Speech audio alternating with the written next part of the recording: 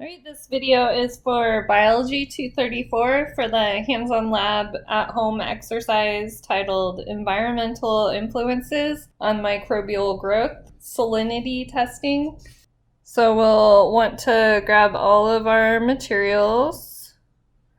So of the things that you're supposed to supply, you need your active broth body sample. So we'll need our skin sample, and mine has settled to the bottom. Let's see if, so see there's like a pellet at the bottom, and so I'll probably mix this up before I take a sample from it.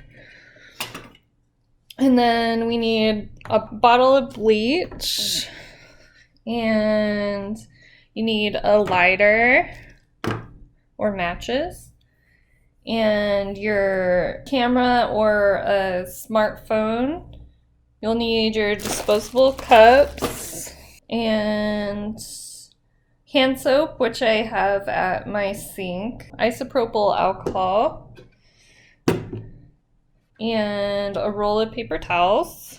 And then you'll need access to tap water.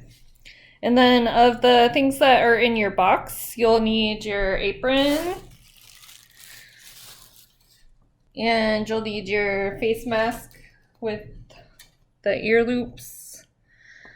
And then you'll need your long stem pipette. And this is the pipette that I used in the last lab to rinse off my slides. You'll need your nutrient broths, which are 1%, 15%, and 7% sodium chloride. So I had this storing in my fridge, and so this one's the 1%, and so here's the 7%, and this one is the 15%. So I'll just stick these in the test tube rack. Oh.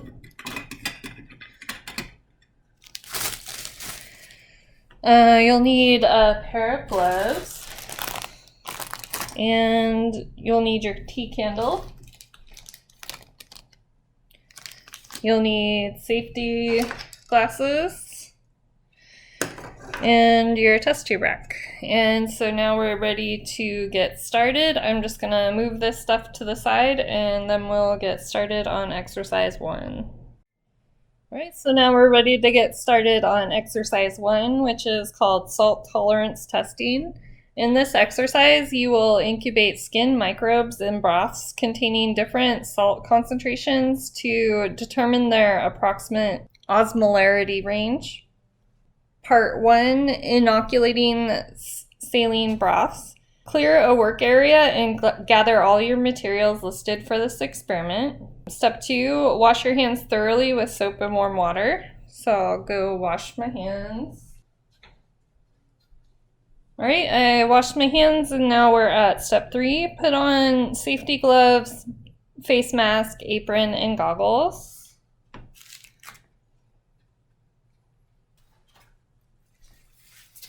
Alright, so now we're at step 4. Disinfect the work surface by wiping it with a 10% bleach solution.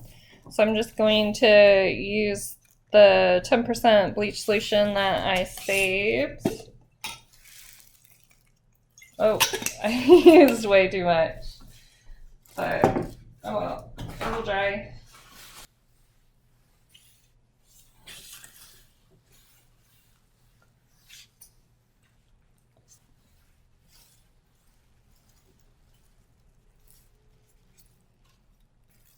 Alright, so now we are at step 5. Place the stem of the pipette into a cup of alcohol to sterilize it.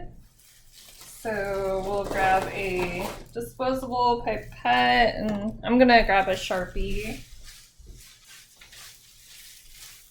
And I'm gonna label this alcohol.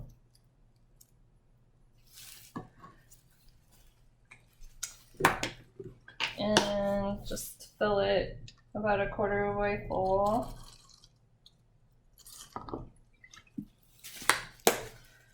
And then to sterilize it, you'll want to get alcohol fully inside. So if you do it from the side like this, you can fill the entire pipette and then just let that sit for like 30 seconds to sterilize. And then step 6 is light the candle with a match or a lighter. So we'll get our candle out. I'm gonna do it away from the alcohol.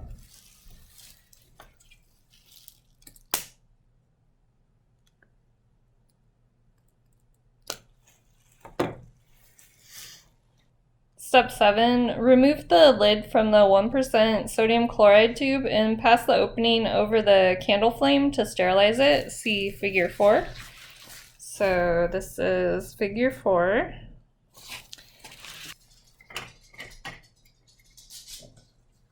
So we'll get our broths out, and so we'll want to sterilize the 1% broth first.